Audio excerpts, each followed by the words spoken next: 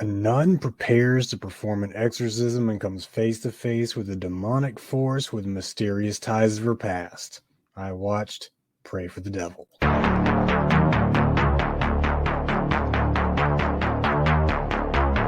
will say that I have shed innocent blood. What's blood for, if not for shedding? I'm my number one fan. We all go a little mad sometimes. God, it knows I'm here. They're coming to get you, Barbara.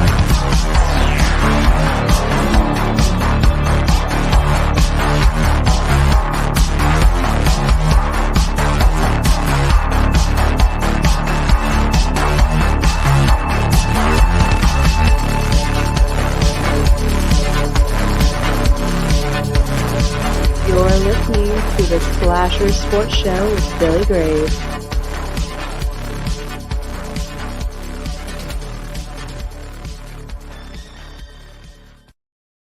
Thank you so much for joining me on Slasher Sports Cinema. I do hope you'll give this video a thumbs up and that you will hit the subscribe button as well as turning on notifications, because we got a lot more coming at you on Slasher Sports Cinema.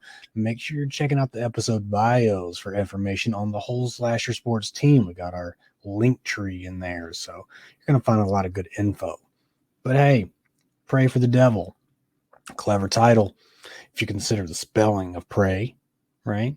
Because it's not pray, it's prey, as in, the opposite of predator, meaning that, the devil is preying upon our main character.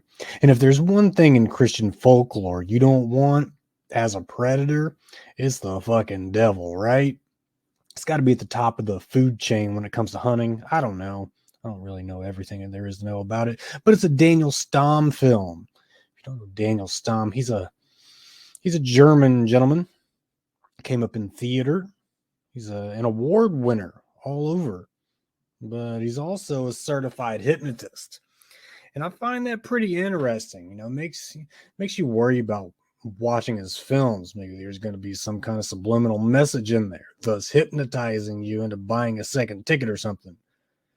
I don't know. It doesn't seem like it's happened yet, but maybe he's waiting for the right time to strike. Remains to be seen. This thing was written by Robert Zappia. Zappia is the same guy that wrote Halloween H2O, and out of all his writing, producing, directing credits, he has 2 horror credits. Halloween H2O and Pray for the Devil. Taglines: It wants in. Of course it wants in. Have you seen Jackie Byers? I'd want in too. And once you know the devil knows you. I really like that one.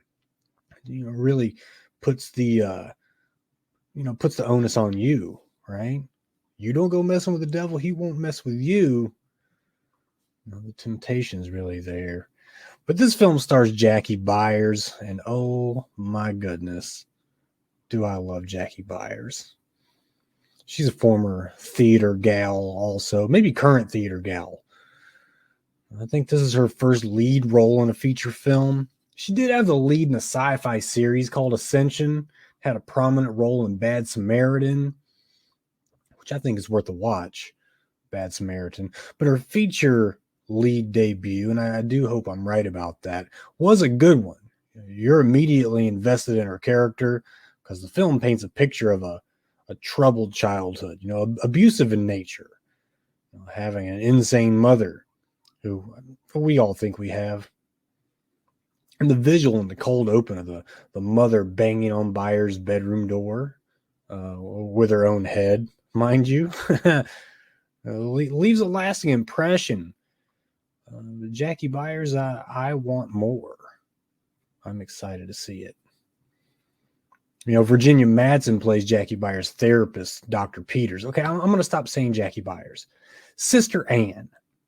Jackie Byers plays Sister Ann. Virginia Madsen plays Sister Ann's therapist, Dr. Peters. Because, nuns talk to God, but when you have a childhood trauma like Sister Ann, sometimes you got to talk to somebody who's going to talk back. You know what I'm saying? But I didn't recognize Virginia Madsen at first. And she looks great, by the way. And if that name's not ringing a bell, Virginia Madsen, I call her Jenny for short. We're on first name terms. She's been a Hollywood mainstay for years, and horror fans are going to remember her as the lead protagonist in Candyman, with Tony Todd, easily recognizing that iconic role. But Pray for the Devil, like most cold opens, Pray for the Devil takes us back to Sister Anne's childhood, where she was kind of dealing with secondhand demons on her own, right? It's not explicit. It's not explicit that these are supernatural forces at work, but we know which movie we're walking into, right? This open does not leave just an easily forgettable impression. It lasts. And, I found myself thinking back on it even later in the film. Sister Anne's an ambitious member of the Catholic Church. And at the time, nuns were utilizing a Jill of all trades kind of a role, partly healthcare, partly emotional support, but always second fiddle to the men, the priests. But Sister Anne believes she's answering a calling to be the first ever female exorcist. There's a pivotal line in the film. I'm paraphrasing, but she said female surgeons were once considered unbelievable, but somebody had to be the first. Well, with a title like Pray for the Devil, who's going to do the calling, right? We know who's calling. Maybe Satan. Demonic possessions are at an all-time high, or at least they've spiked. God's soldiers are a few, and the ensign demons are plenty. Okay, Sister Anne wants in, and for the devil, there's going to be hell to pay. But before she can actually exorcise the demons, there's a lot of red tape and old crabby mothers superior who want to stand in, Sister Anne's way. But Father Quinn, he sees something in Sister Anne. Father Quinn, played by the great Colin Salmon, renowned British actor, known for some of the James Bond films, but also known for being the victim of probably the gnarliest death in all the Resident Evil films, in my opinion. It's the scene where the TAC team's guiding Alice out of the hive, and there's that corridor with the lasers, and Colin Salmon's character, he kind of evades the lasers. There's this one final laser. It's like a whole fucking grid, and you just can't do anything about it. It's going to cover the whole, the whole hallway. And it turns him into beef stew meat. And like I said, gnarly. But Father Quinn, he's a Sister Anne supporter, and he puts her on the front line with Father Dante. He's a young priest. He's played by Christian Navarro, and they're out to save the life of this little girl who's kind of become endearing and endeared to Sister Anne. They've got this nice little relationship. Nothing like the devil making it personal, right? And the devil knows exactly how to make it personal. Well, let's look at the final slash line. As you can see, we're grading this on creativity, suspense, terror, and then an overall, right? So creativity. Actually, let's go with terror first. 8. Definitely terrorific film. Give it an 8 for the imagery. Anytime you got a child victim, it always ups the ante, right? So with the child victim, we can all kind of empathize with Sister Anne and the little girl. We don't want anything to happen to the little lady. Makes it just that much scarier, right? I really like that. So terror scale, we're giving this an 8. With creativity, I gotta knock it down to a 6. So while this film was visually great, it does kind of stay on the same tropes as past exorcism films. And I don't know what the fascination is with back bends in exorcism. Every one of them has somebody bending over backwards. Of course, it's to show that the possessed is fully under the control of the possessor. But let's try contortion in different ways if we must use contortion, right?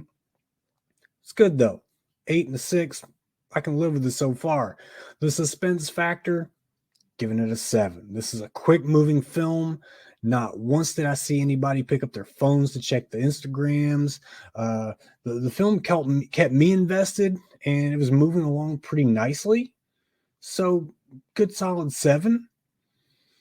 And then, my own little own little thing here, developing a nun fetish. I'm giving it a 13 because Jackie Byers is the reason I even watched this film. And the only way to quell this nun problem right now is to see Jackie Byers in a film where she's not a nun, which I know is forthcoming. But this is the monster you've created, lady. Damn you. Damn you, Jackie Byers. Overall, this film, I'm giving it an 8. Thoroughly entertained. The cast did a superb job, and no one seemed like they were carrying the film nor being carried. I can't really say that was the case, and Don't Worry, Darling. Harry Styles really did seem like he was out of place, where, he was just kind of course, he was a late replacement, so you can't really put too much on it, but he's just not, the best actor. He was there because he's Harry Styles, and that's okay. But this film was worth the price of admission, maybe even the popcorn too. I don't know. Pray for the Devil is in theaters, and I hope you have a great time watching. Never been huge on the religious exorcism flicks, but this one hit for me. But hey, make sure you check out the Slasher Sports Cinema podcast on Spotify, Apple, iHeart, Anchor. Got some great roundtable discussions on there, and doing it with some great friends. We just did People Under the Stairs with James Alexander and Suki Suburbia, and that turned out great. So let's get out there, and before the devil knows you're dead, may we all drink the blood of our enemies from the skulls of their children.